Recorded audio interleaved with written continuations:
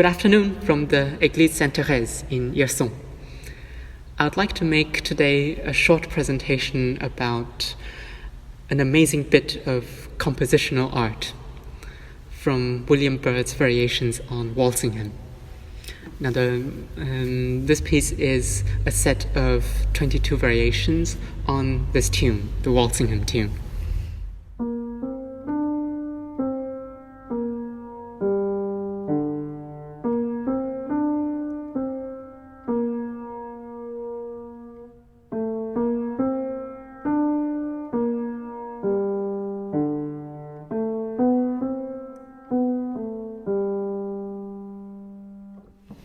Now, within these 22 variations, there's one which I'd like to focus on.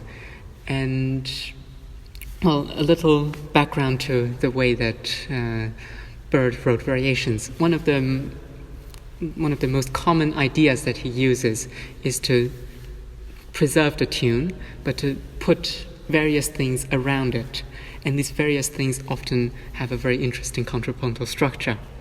So the tune would be in some register, more or less unchanged, and within all the other voices, there will be this kind of contrapuntal interplay based on a certain motive.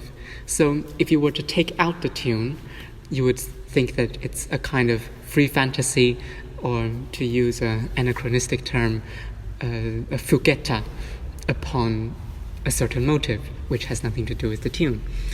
Now, what's really striking about this variation which I'm going to present is that, it does exactly that, but this motive actually is not entirely separate from the tune, nor is it the tune itself. So it's not a kind of stretto where you put different parts of the tune and layer them against each other. It's really a motive which goes in and out, which weaves itself in and out of the line of the tune. Now, what is this motive? Well, it's the simplest motive you can think of, actually. So we already see that the third, fourth, and fifth notes of this motive are the first three notes of the tune. And we'll see that Byrd uses this fact in a very clever way. Now, this scale going up and down is associated with a rhythm at the start, and it's this one. We'll see why this is particularly significant. So, what one does as a composer looking to incorporate this motive together with that tune? Well, the first way to do it would be to take a framework of the tune and harmonize it in a certain way, in an abstract way, and just write sort of chords below this tune, and to take this fragment of scale and see where it can fit. It's a kind of Archimboldo process. I mean that you want to make a face drawing only fish. So you see where on the shape of a face you can fit a fish, and which way you have to put the fish and at what position. So you can see that because of this that I just said, the third, fourth, and fifth notes being identical to the first, second, and third of the tune, you can simply layer these five notes, the scale going up, on top of the tune, like that. So that's indeed how Byrd starts.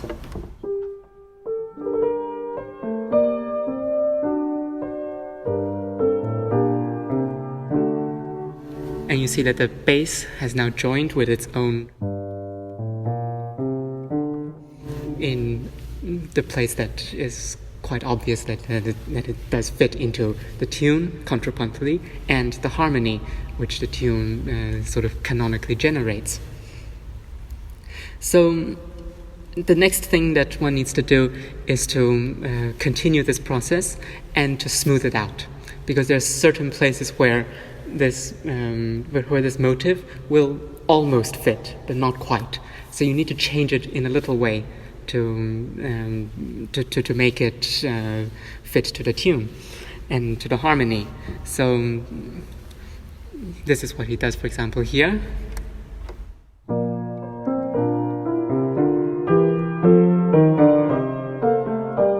So you see that instead of going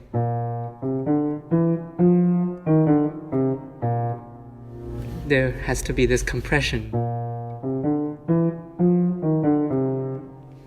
So you have this this image of all these different layers of this particular motive being pasted into places where they fit, some of them having to be compressed. Now, what do I mean by smoothing it out? It means that you want to tell a story through the various iterations of this motive, and you want to make it seem that every change you make to it has a reason that is not just because you had to do it, otherwise it wouldn't fit, or you would make a harmonic error.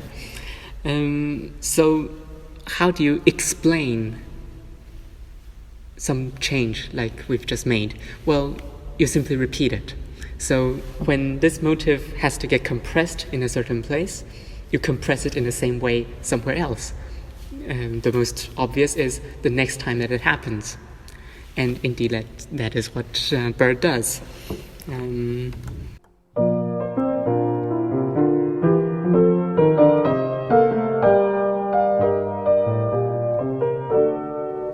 So you see that first of all, he repeats this bit of compression in one of the voices to say that this is not an accident, as it were. And the next time the tune comes, which is at the very top, it gets deformed even more.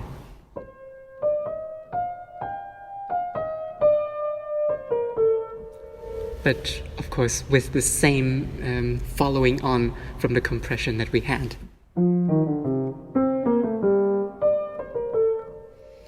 Now, the next thing that Byrd did with this, with building this construction, is that each one instance of the tune in the top voice is higher than the previous. So this is again a kind of smoothing out, because you want all of these instances to integrate themselves into a kind of story. And indeed, when I play a bit more of it, you'll see exactly what that is.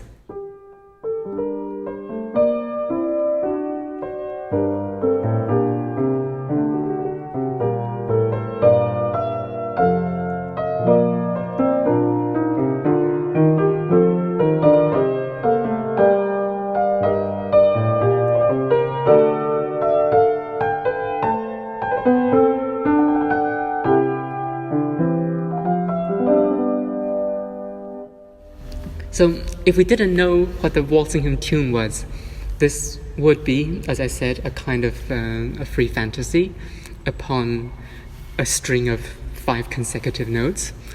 And it's a really cleverly built one, because as you see, we start with the presentation of this rhythm.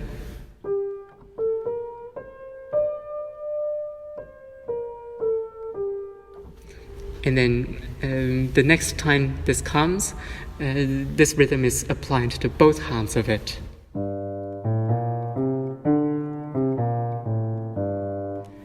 And then, as I just showed, this rhythm gets compressed in various different ways or deformed, and these all have repercussions upon the next time that it comes. And then the biggest deformation is, of course, at the very end.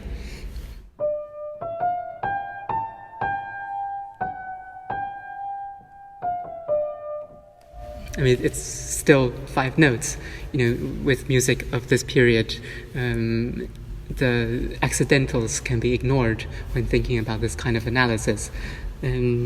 So we have this story that's also being told, as I said, with the height of each particular instance. And the sense of build-up is also, it's underlined by two technical things. One is related to the idea of height, that the A is really the highest note of the instrument at that time. And the other thing that happens on a purely technical level is this tenth in the left hand.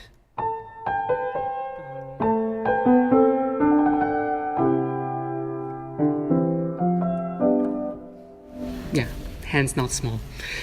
Now add to all this the fact that the tune is in there, the Walsingham tune. Let me try to poke it out a bit.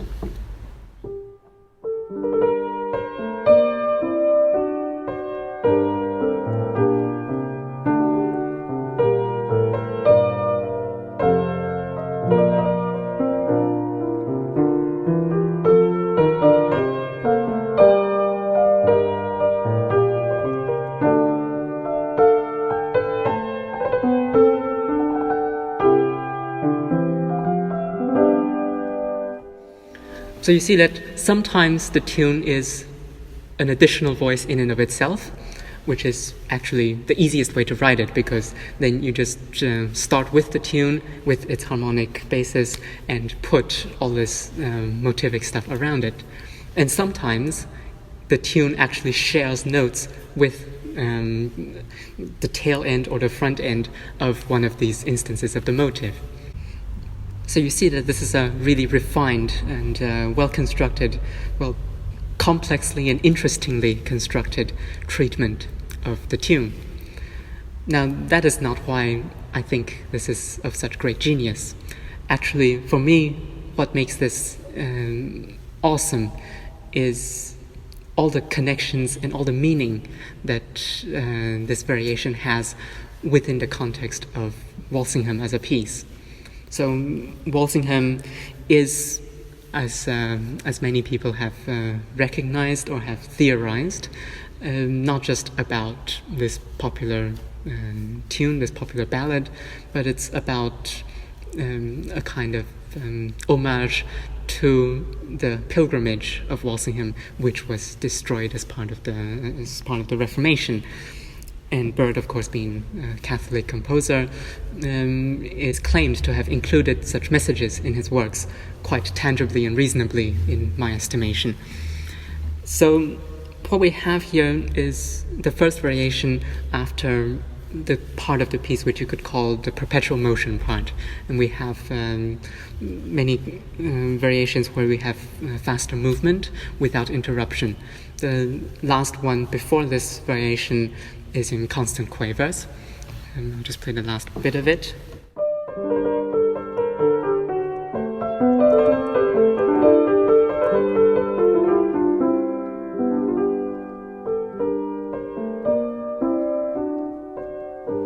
So you see that the moment we get to this variation, we have this coming to rest, which is actually a very striking thing, because for the reason that we haven't done exactly that for a span of, I think, 3 or 4 variations.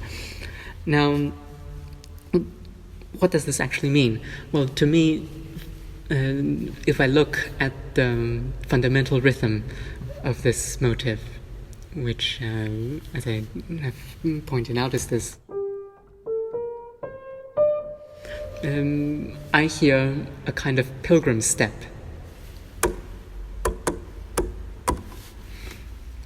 And the fact that this then permeates the entire texture of the coming variation with a few different variations, or deformations as I had called them, it's actually a very nice analogy to the fact that it is a whole procession of pilgrims, each of whom has a slightly different step, but all are walking together towards the same goal, the pilgrimage of Walsingham, so to say.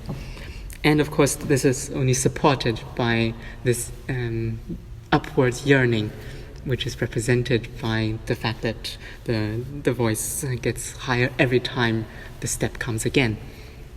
So what we have here is not just a technical process of composition done extremely well, strikingly well, because, as they say, the greatest test of technical virtuosity is the capacity to make something out of nothing. And here we see how out of something which is really just a series of 5 notes going up and down, something truly complex and interesting and beautiful has been made. We have not only this, but a real hermeneutic integration of this technical process of composition. It would not be too much for me to say that in my ideal world, this is what composition is all about.